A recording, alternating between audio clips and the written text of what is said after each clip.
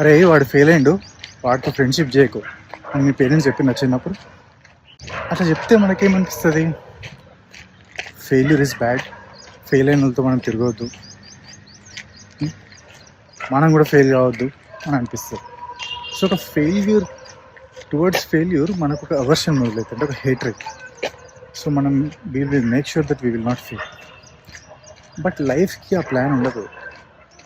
Life will make sure that you will fail, but life wants you to learn from your failure.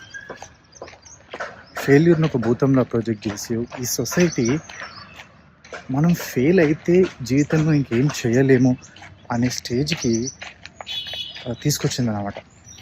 దానివల్ల ఇప్పుడు చాలామంది fear of failure వల్ల ఏం చేయలేకపోతున్నారు. But reality ఏంటంటే మనం ఏం చేసినా సరే అందులో ఫెయిల్యూర్స్ ఉంటాయి, చిన్న చిన్న ఫెయిల్యూర్స్ ఉంటాయి. కొన్నిసార్లు దాని ఇంపాక్ట్ పెద్దగా ఉంటుంది, కొన్నిసార్లు దాని ఇంపాక్ట్ తక్కువ ఉంటుంది.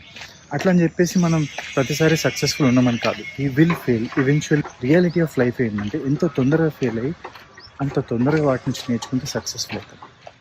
ఆ సక్సెస్ తొందరగా వస్తుంది. కానీ ఫెయిల్యూర్కి దూరంగా ఉండి భయపడి ఫెయిల్ అవుతామేమో భయపడి మనం ఏమీ అటెంప్ట్ చేయకపోతే సక్సెస్ ఇంకా మనకి దూరంగా పారిపోతుంది అన్నమాట. సో మనం సక్సెస్ఫుల్ కావాలంటే వీ హ్యావ్ ఎంబ్రేస్ ఫెయిల్యూర్.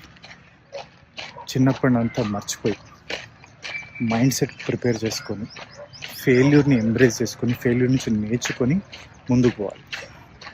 నాకు కూడా ఒక లెసనే. ఈ పర్స్పెక్టివ్, ఈ మైండ్ సెట్ ఉన్న వాళ్ళందరికీ వర్తిస్తారు. ఫియర్ ఆఫ్ ఫెయిల్యూర్తో ఏం చేయలేక, ముందుకు పోలేక, వెనకకు పోలేక అక్కడే స్టక్ అయిన వాళ్ళందరికీ వర్తిస్తుంది. So move ahead.